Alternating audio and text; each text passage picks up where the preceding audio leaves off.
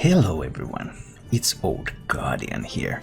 Blizzard just announced new nerfs for Hearthstone. They are coming day after tomorrow, May 22nd, so very quickly. And 4 cards are going to be changed. So Hearthstone metagame, Rise of Shadows meta, it's going to be redone, it's going to be brand new.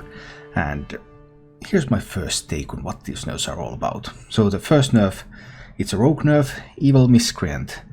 From a 3 mana 1/5 into a 3 mana 1/4. I think this is a pretty decent change. The 5 health meant that Miscreant was very difficult to remove. And when it was very difficult to remove, that meant that Rogue was very often able to bounce it with Waggle Pick or with Shadow Step and just create a lot of lackeys. Now Miscreant becomes a little bit less reliable in bouncing. It's still a good effect, it's still a good card. I don't expect this to change the way the card is played, I don't expect this to change the popularity of the card, but it's of course going to make it a little bit easier to deal with. This next one, however, is much bigger change. Raiding Party from 3 mana to 4 mana. And that Raiding Party, Waggle Pick, Dread Corsair, that's the engine behind the current Rogue decks. And Party being more expensive, making it more difficult to tutor for those other pieces of your great combo, that is going to make Rogue a lot weaker. But with this one it's probably still playable. However, there's also this. Preparation. Classic card, getting nerfed. How classic. 0 mana, your next spell you cast this turn costs 3 less. The next spell you cast this turn costs 2 less. So Prep Raiding Party means that Raiding Party would still cost 2 mana. Avro mana. And that's a huge change. Prep Myras is going to change. Prep Sprint, something that we have had since Classic, is going to change. So 3 rogue cards are getting nerfed. And that is huge. I was expecting them to change 1 rogue card. I wasn't sure whether it was going to be Preparation, Waggle Pick, Raiding Party. I assumed that one of the cards is going to be changed so that the cycle can be broken.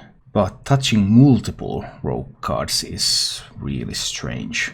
It's hard to evaluate how Rogue is even going to return from this, because these changes seem just so extreme when taken all together that Rogue is going to have a lot of trouble. The 4th change, not touching Rogue, it's touching mostly Warrior. Archivist Elysiana, the drawer of games, the 45 turn card, from 8 mana to 9 mana.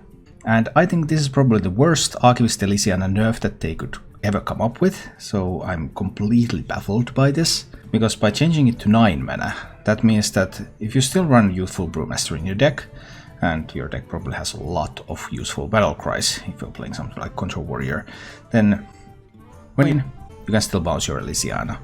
If you're in a Control Warrior mirror, you both have Brewmaster, you both have Elysiana. The one who's on the coin is hugely favored.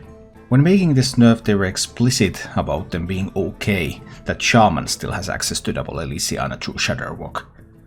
And okay, that is a little bit weaker, because the Shudderwock Elysiana gives you random cards, but it does allow you to go to turn limit, and it allows you to fatigue most opponents now, except for Control Warriors who are on the coin, so that they can bounce their Elysiana. But overall, this was just a very poorly thought out nerf, I think. Because Elysiana to 10 mana would have at least kept the playing ground even whether you're on the coin or not.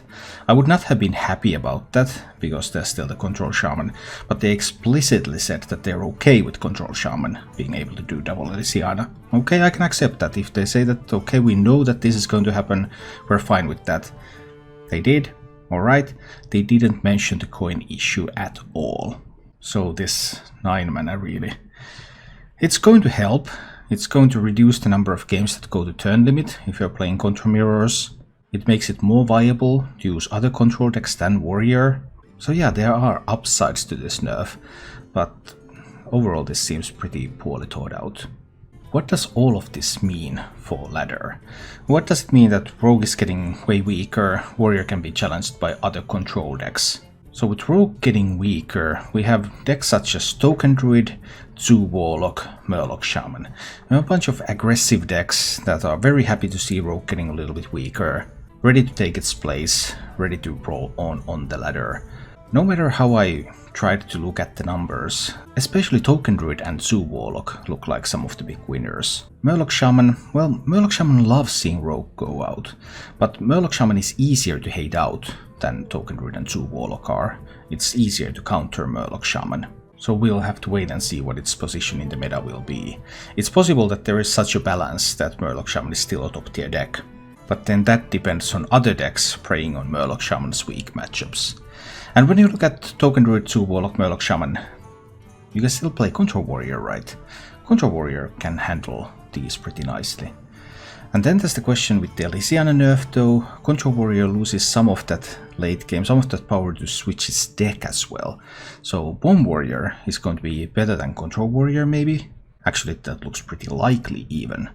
And Bomb Warrior is less polarized than Control Warrior. So if Bomb Warrior becomes the go-to warrior deck, it doesn't counter these aggressive decks as hard as Control Warrior does. So there will be less polarized matchups on the ladder. But Bomb Warrior is still pretty good against aggression. So what do you then see against Bomb Warrior? You might see stuff like Mech Paladin, Bomb Hunter, Midrange Hunter maybe? These sorts of decks that are reasonably okay dealing with these aggressive decks. They might not be favored, but they don't take too much of a beating, and they can take the game to the warrior.